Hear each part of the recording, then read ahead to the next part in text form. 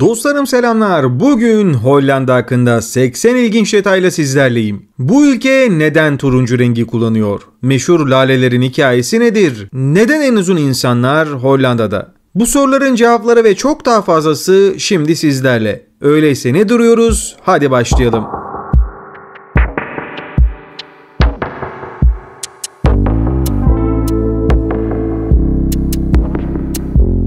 Öncelikle en temel ve önemli bilgiyle başlayalım. Dünya genelinde Hollanda hakkında konuşurken Holland mı yoksa Netherlands mi denilmesi gerektiği konusunda kafa karışıklığı yaşanıyor. Açıklığa kavuşturmak gerekirse Netherlands 12 ilden oluşuyor ve Hollanda 2 ilden oluşan bir bölge. Ki bu bölgeler Kuzey Hollanda ve Güney Hollanda. Tarihsel olarak Hollanda, Netherlands Krallığı'nın ekonomisine ve zenginliğine en çok katkıda bulunan bölgeydi. Böylece yanlış kullanılmasına rağmen tüm ülkeyi belirtmek için ortak bir isim haline geldi.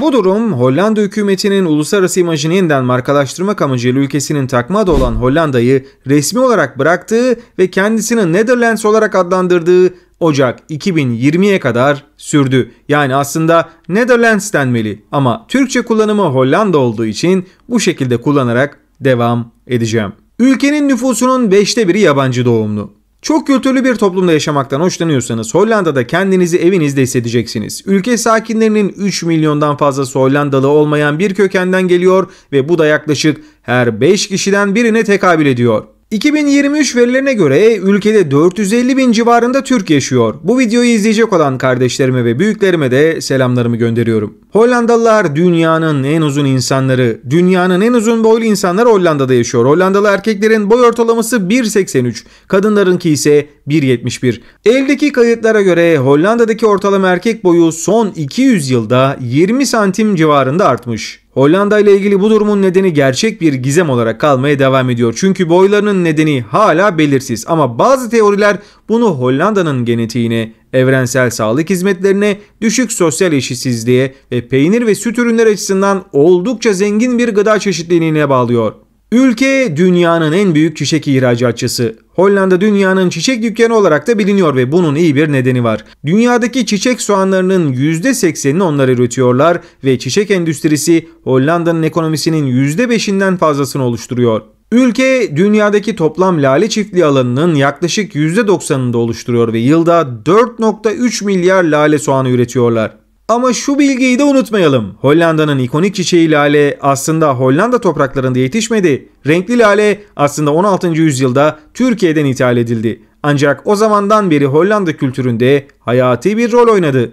Çiçekler aynı zamanda Hollanda'nın en büyük turistik cazibe merkezlerinden biri ve her yıl binlerce insan bu güzel tarlaları görmek için akın ediyorlar. Haarlem çok sayıda ticari alan ve çiçek geçidiyle çiçekleri görmek için en iyi yerlerden biri. Ayrıca Avrupa'nın bahçesi olarak bilinen Keukenhof Parkı da ziyaret edebilirsiniz. Burası yaklaşık 800 çeşit lalenin bulunduğu dünyanın en büyük çiçek bahçesi. Amsterdam'da 1200'den fazla köprü bulunuyor. Amsterdam'ın güzel köprüleri şehrin bir simgesi ki başkentteki 165 kanalı birbirine bağlayan 1281 köprü bulunuyor.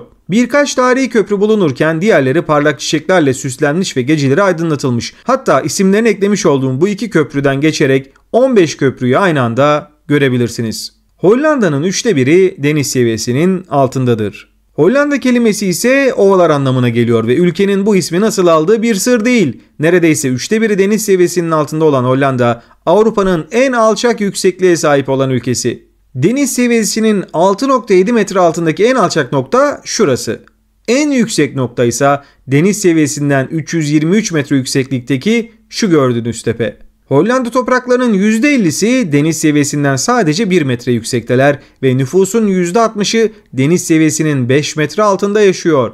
Ülkenin ana uluslararası havalimanı olan Schiphol Havalimanı bile deniz seviyesinin 3 metre altında. Neyse ki Hollanda deniz dibi taraması ve sel baskınları önleme konusunda dünyanın en iyilerinden biri ve bu konuda büyük projeler hayata geçiriyorlar. Amsterdam'da yerin yaklaşık 12 metre altına uzanan 1 milyondan fazla ahşap direk üzerine inşa edilmiş. Şehir bataklık bir arazi üzerine kurulmuş ve ilk inşaatçılar ahşap direkleri nehrin tabanının sağlam kum tabakasına çakmışlar.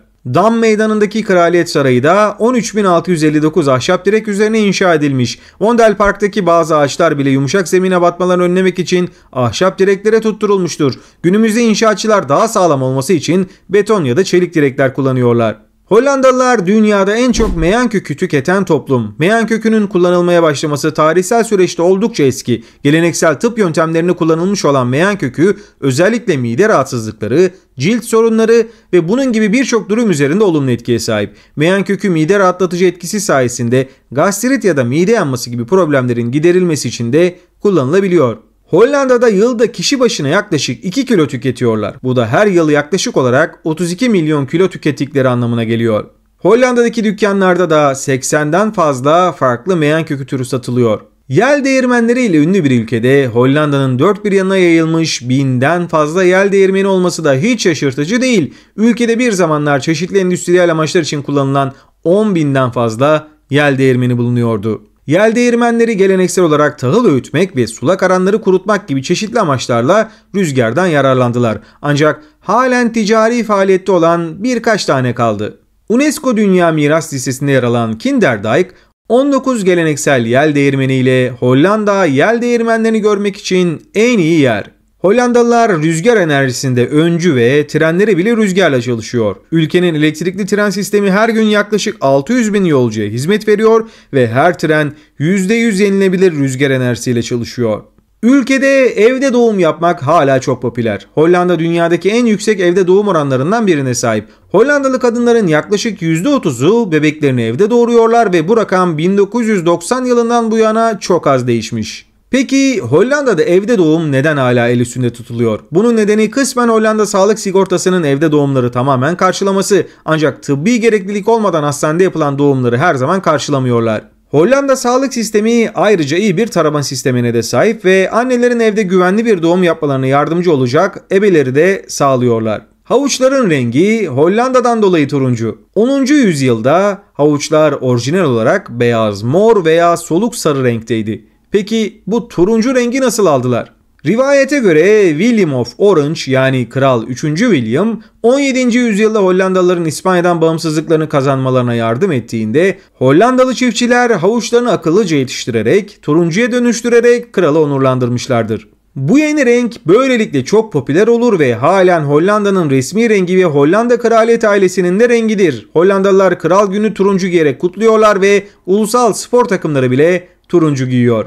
Hollandalılar dünyadaki diğer tüm ülkelerden daha fazla bisiklete sahipler. Ülkede 22 milyondan fazla bisikletle insanlardan daha fazla bisiklete ev sahipliği yaptığını görüyorsunuz. Kişi başına ortalama 1.3 bisiklet oluyor ki birçok insanın 2 bisiklete sahip olduğunu söyleyebilirim. Bisiklet Hollanda'daki yaşamın gerekli bir parçası ve ülkenin sürekli olarak dünyanın en sağlıklı ülkelerden biri olmasının nedenlerinden de biri. Hollandalılar günde ortalama 2.9 kilometre bisiklet sürüyorlar ve Birleşik Krallık'taki sadece %2'lik orana kıyasla tüm yolculukların %25'inden fazlasında bisiklet kullanıyorlar. Hollanda'nın büyük bir kısmı düz araziden oluşuyor ve 2013 yılında Avrupa Birliği tarafından Danimarka ile birlikte Avrupa'nın en bisiklet dostu ülkesi olarak da seçildiler.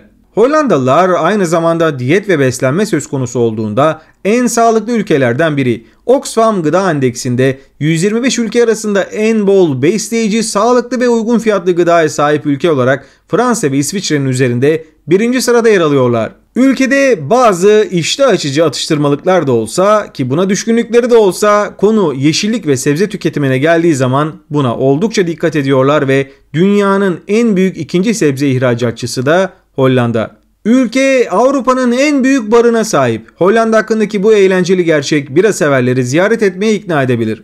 Groningen'deki bu bar Türkçe çevirimiyle 3 kız kardeş kıtanın en büyük pub'u unvanını elinde tutuyor ve ulusal bir miras alanı. Ayrıca Hollanda Meksika'nın ardından dünyanın en büyük ikinci bira ihracatçısı konumunda. Hollandalı bira üreticileri 2018 yılında 2 milyar ABD doları tutarında bira ihraç ettiler ve Meksika'nın birinciliği ele geçirdiği 2010 yılına kadar dünyanın en büyük bira ihracatçısı da Hollanda'ydı. Bu başarı Hollanda'nın zengin bira geleneğinin ve bira markalarının küresel popülaritesinin de bir kanıtı. Hollanda bira fabrikaları bazıları yüzyıllar öncesine dayanan uzun bir geçmişe sahipler ve bira yapım sanatını mükemmelleştirmişler. Heineken ve Amstel gibi dünya çapında tanınan markalar bu alanda başı çekiyorlar.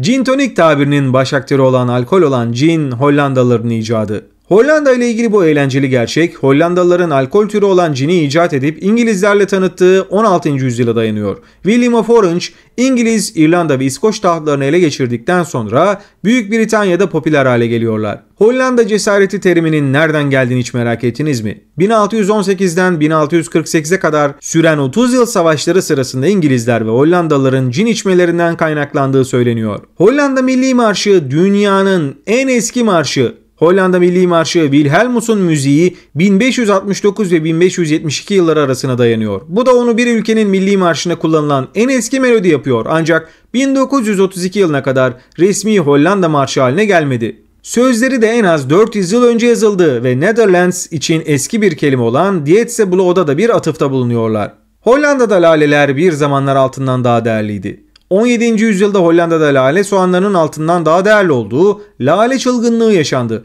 1634-1637 yılları arasında zirveye ulaşan bu dönem kayıtlara geçen ilk spekülatif balon olarak da kabul ediliyor. Osmanlı İmparatorluğundan yeni getirilen laleler çok aranır hale geldi.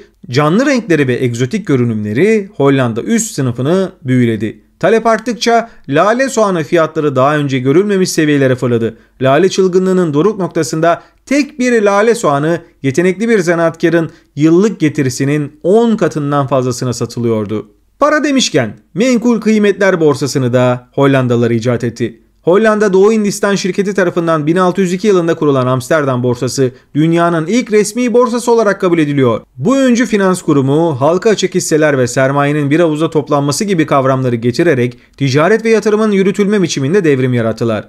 Yatırımcılar Hollanda Doğu Hindistan şirketinden hisselerini alıp satabiliyor. Böylece Asya ile yapılan karlı baharat ticaretinin kar ve risklerini paylaşabiliyorlardı. Hollanda dünyadaki en yüksek müze yoğunluğuna sahip. Hollanda aralarında ünlü Rijksmuseum, Van Gogh Müzesi ve Anne Frank'in evinin de bulunduğu 1000'den fazla müzeyle dolu. Hollanda dünyanın en çok kahve tüketen ilk 10 ülkesinden biri. Yılda kişi başına ortalama 150 litre kahve içiyorlar ve bu da Hollanda'yı dünyanın en çok kahve tüketen ülkelerinden biri yapıyor. Hollanda Avrupa Birliği'nde yarı zamanlı çalışanların oranının en yüksek olduğu ülke. İş gücünün neredeyse yarısı, özellikle de kadınlar yarı zamanlı çalışıyorlar. Hollandalı kadınların yaklaşık %75'i part-time çalışma sağlıyor.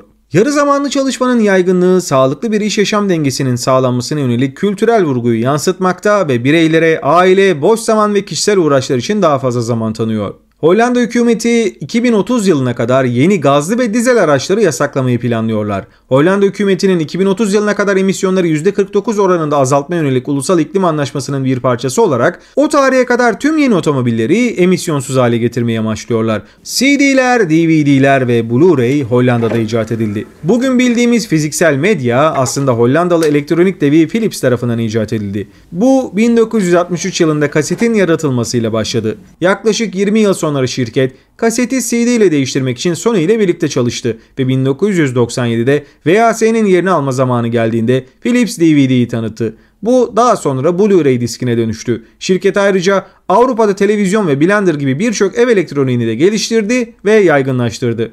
Amsterdam'da kanallar boyunca sıralanan pitoresk evler ince profilleriyle ünlüdür. En dar olanının cephesi yalnızca 2 metre genişliğindedir. Bu tuhaf bina yaklaşımının basit bir açıklaması var. Vergi. 17. yüzyılda Amsterdam sakinleri mülklerinin genişliği üzerinden vergilendiriliyordu. Yani eviniz ne kadar darsa yıllık vergi faturanız da o kadar hafif oluyordu. Başkent Amsterdam'ın adı her zaman Amsterdam değildi. Amsterdam Hollanda başkentinin modern adıdır ancak orijinal adı Amsterdam'dır. Bu ismin 1275 yılına kadar uzandığı düşünülüyor ve sel baskınlarını önlemek için Amstel Nehri üzerine inşa edilen baraja atıfta bulunuyor. Amsterdam büyüdükçe adı kısaltılmış ve sadeleştirilmiş ve Amsterdam norm haline gelmiştir. İngilizce Dutch adı Orta Hollanda biçimlerinden ortaya çıkmış. Orta Hollanda biçimleri halk arasında konuşulan lehçelerin adlarıdır ve bu lehçelerin yönetimin, bilimin ve kilisenin dili olan Latinceden ayırt edilmesine yaramışlardır. Dutch biçimi Almanca bir kelime olan Deutsch ile bağlantılıdır ve aynı kökenden gelir. Fransızlarsa bu bölgeyi Pays Bas yani alçak ülke olarak tanımlıyorlar. Sevgili dostlarım, böylelikle Hollanda'ya dair 80 ilginç detay videomuzu tamamladık. Hangi bilgiler ilginizi çekti? Eklemek istediğiniz şeyler var mı? Yorumlarda buluşalım. Sonraki haftalarda yepyeni ülkelerde tekrar görüşmek üzere. Kendinize iyi bakın, sevgiyle kalın, hoşça kalın.